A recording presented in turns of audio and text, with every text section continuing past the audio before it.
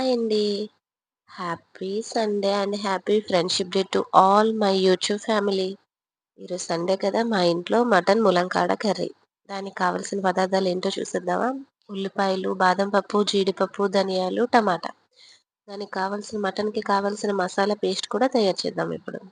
చిన్న 3 టమాటాలు, జీడిపప్పు, బాదం పప్పు, అల్లం వెల్లుల్లి, తరిగి పెట్టుకున్న కొద్దిగా ఉల్లిపాయలు, ధనియాలు వేసి బాగా మెత్తగా గ్రైండ్ చేసుకోవాలి.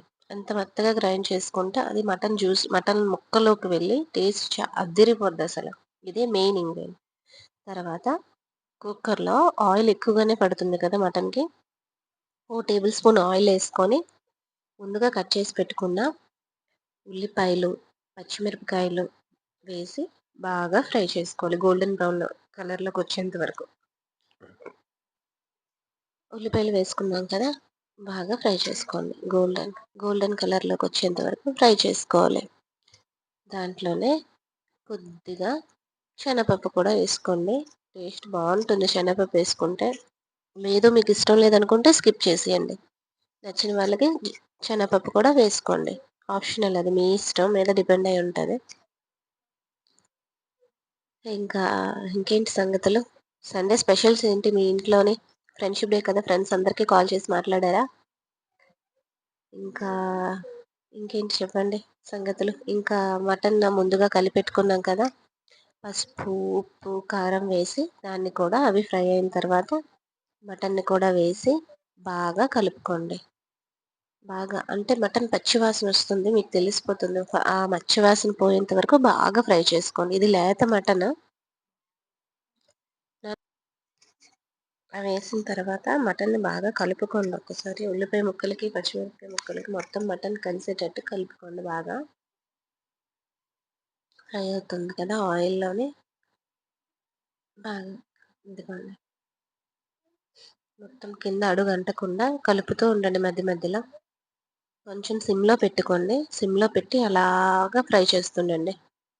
బాగా ఫ్రై అయిన మటన్‌లో ములంకాడలు మనం చూసాం కదా! చూసారా? ఆయిల్ ఎలా తేలుతుందో? చూసారా మటన్ ఎంత టెండర్‌గా చాలా సాఫ్ట్‌గా ఉంది మటను.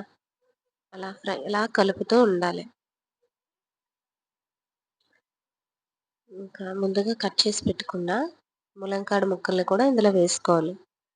ములంకాడ ముక్కలు కూడా వేసుకొని అవి కూడా మటన్‌కి పట్టేటట్టు బాగా కలుపుకోవాలి. ముందుగా ఫ్రై చే మనం పేస్ట్ చేసుకున్నాం కదా! ఆ పేస్ట్‌ని కూడా ఇందులో వేసుకొని పచ్చివాసన పోయేంత వరకు బాగా ఫ్రై చేసుకోవాలి. అది. స్కిప్ అయింది.